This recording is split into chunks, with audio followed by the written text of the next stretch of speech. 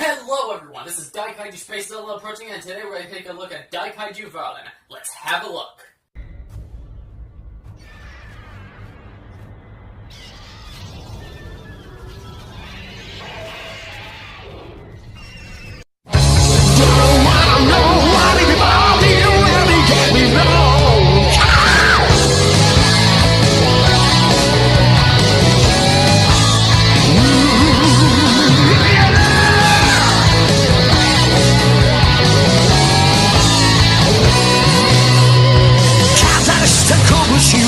Don't give up 揺るぎなき力をたたえた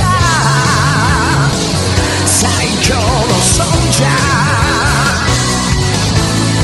掲げたフラッグは It's danger 神さえも恐れる奴らに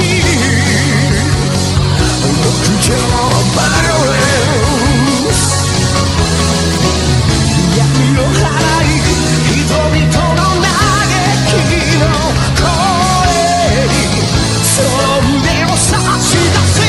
In the fire, break it down 破滅への鐘が響くよ終わりのない永遠の冒険 In the fire, crash on crash 愚かな時代の末路に叫び国しよう Don't wanna know what it all you really care about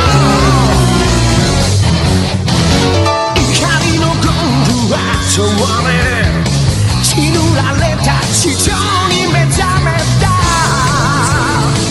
最強のソルジャー次元の扉はエクステンジャー襲い来る邪悪な奴らに Let's vibration 空が燃える風がなく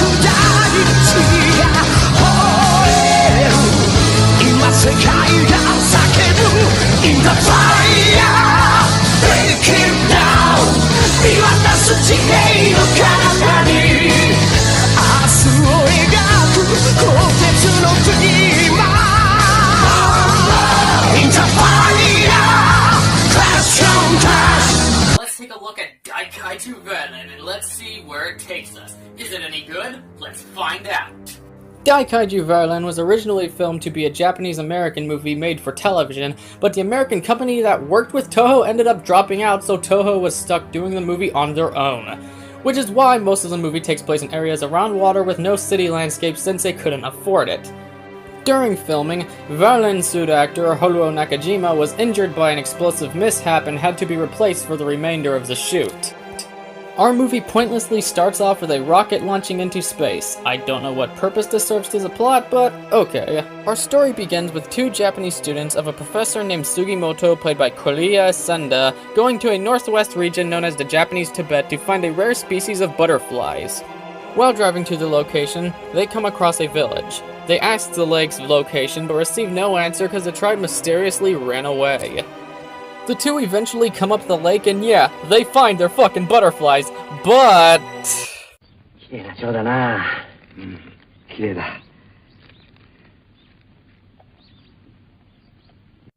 violate the poor creature! You know, I came to the conclusion that Rodan isn't the monster of this movie. It's these two weirdos. Varlan then shows up and kills both of them. Another expedition is dispatched to the area, funded by the film company 20th Century Mysteries Solved, an organization seeking to uncover the truth behind both deaths. Reporters Motohiko Horiguchi, played by Fumudo Matsuo, and Yuriko Shinjo, played by Ayumi Sonoda, is a sister of one of the men killed, and an entomologist named Kinji Uozaki, played by Kozuno Mura, come along. The local priest, played by Akira Sala, warns the travelers that their presence will make Valandagi angry. I'm pretty sure Valandagi is the full name to Valan, due to the fact is, if just in case you don't know, B and V in Japanese, there is no distinction, they are combined. But the thing is that has me curious is because everything else seems to just call Valan.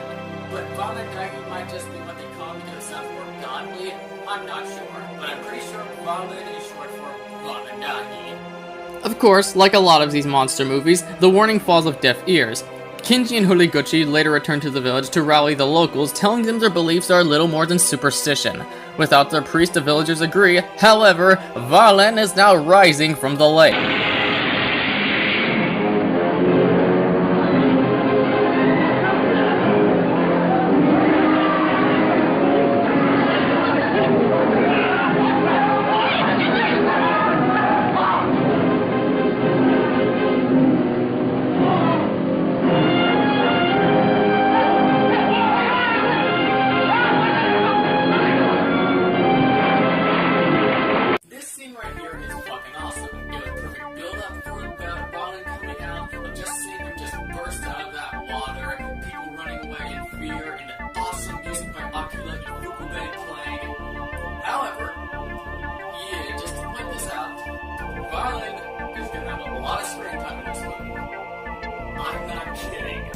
The terrified villagers flee back to their homes while the priest gets killed like a fucking jackass.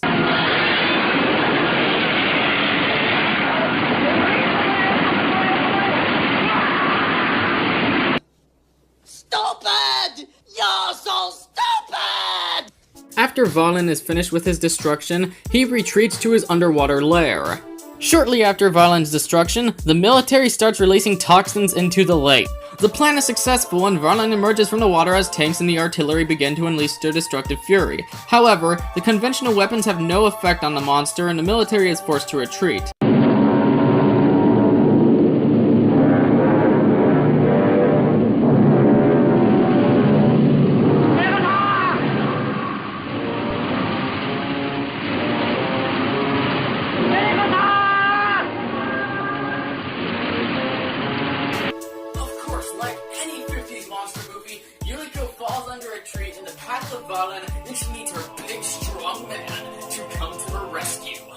No, this isn't a political joke, this is just me making fun of a trope in old monster movies. You make it out to be one, you are a fucking idiot.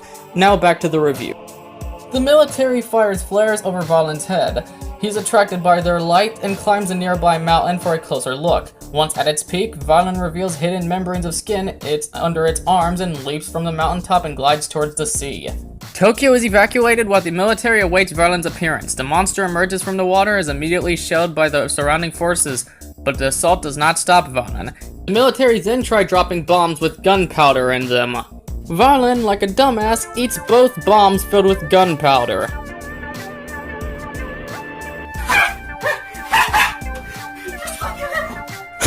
He looks high as fuck!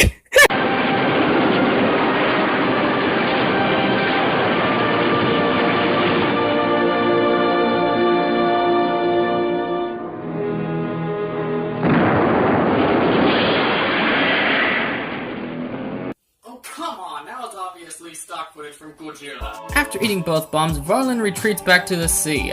While the monster is underwater, a short while later, the National Defense Force declares themselves the victor, so the movie comes to an end. Well,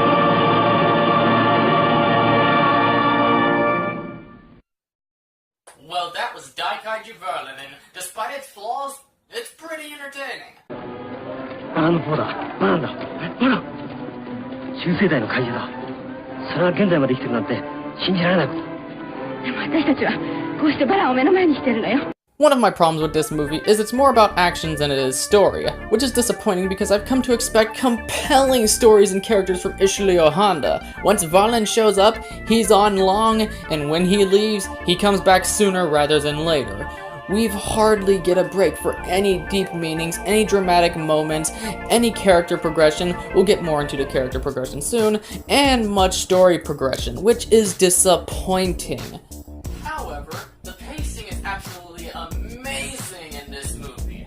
I'd be lying if I told you this movie is boring, because dear lord, it's anything but that. There's always something going on, and even when Varan isn't around, though the story isn't anything special, it is decent enough to get the job done. The story is simple enough to work in the favor of this very action-driven movie, so you never feel like, wait, what happened? So the very fast pace worked. However, I still would have liked a more complex story, but I'm not complaining too much, since it at least was fantastically paced, and it knew to keep it basic for its own good for Varan to get as much screen time as he did.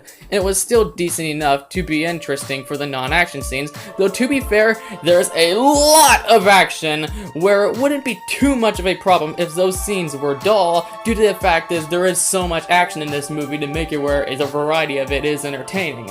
However, those non-action scenes are still enjoyable in their own right. As for the stock footage from Godzilla, it is well edited. However, it is noticeable if you don't look at those tail looks like, and if you are a big fan of Godzilla, because there is a few scenes of it. However, it is well edited, and it is understandable why they used it, since the American company dropped out when this was originally going to be a Japanese-American television movie, and it's not exactly on a big budget.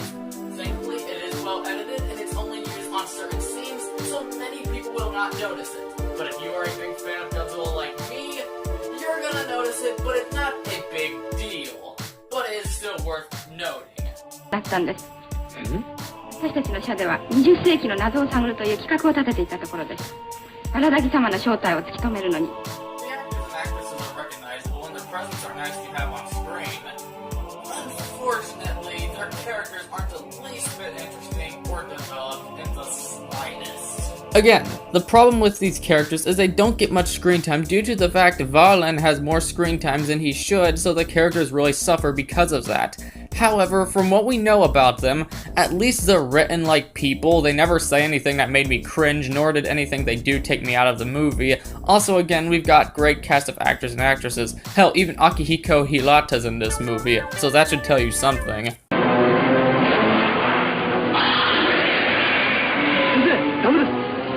music and effects are definitely where this movie shines, because they look absolutely fantastic.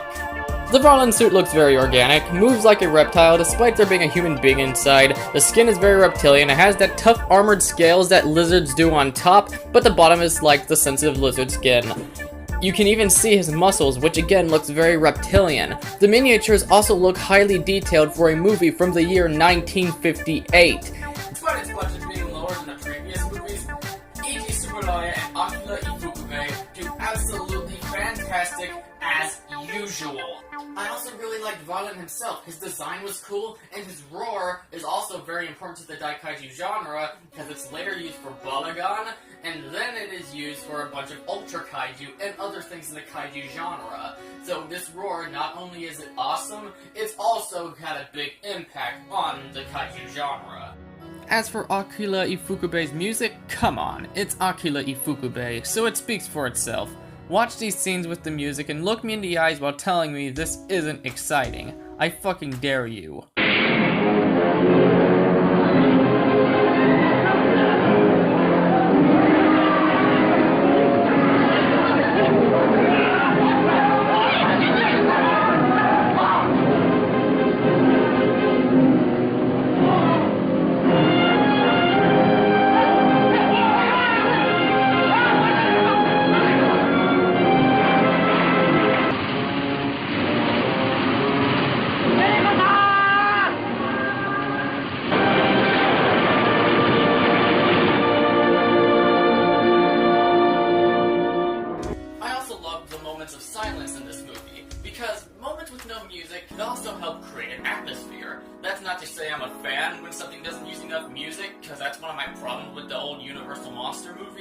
However, when it is used right, it can create a sense of atmosphere to these kinds of movies.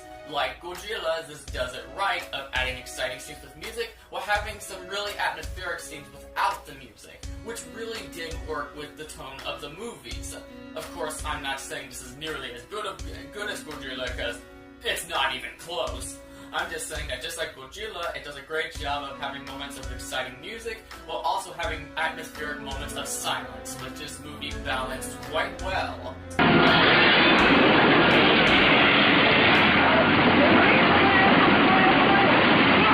Daikaiju Varan is far from perfect. It's flawed. The characters are cardboard, the story is generic, and there is some stock footage from Godzilla, regardless of it being cleverly edited. But the fucking pacing is absolutely astonishing. There's always something going on, so it's impossible to be bored. The special effects by Iji Tsuburaya from 1958 are absolutely excellent. The soundtrack by Akili Fukube is absolutely top-notch as always. He always nails his work, and once again, he nails it here. It's entertaining, and Varan is an absolutely cool kaiju. Yes, it is just your standard monster movie, but I highly recommend it because it is lots of fun, and it doesn't try to be more than what it is. Anyway, with that being said, I'm gonna give Daikaiju Varan a solid 7 out of 10. As for the American version, Varan the Unbelievable, let's just say Crown International Pictures version suffered far more from the parting than Toho did. Anyway, with that being said, watch Daikaiju Varan. It is lots of fun. If you want to watch it, it is on DVD, though it is pretty pricey on Amazon. However, it is on Internet Archive for free. If you want to watch it for free, go ahead. It is lots of fun. I highly recommend it. Like I said, nothing special, but it is good fun. Anyway, this is Daikaiju SpaceZilla leaving the building.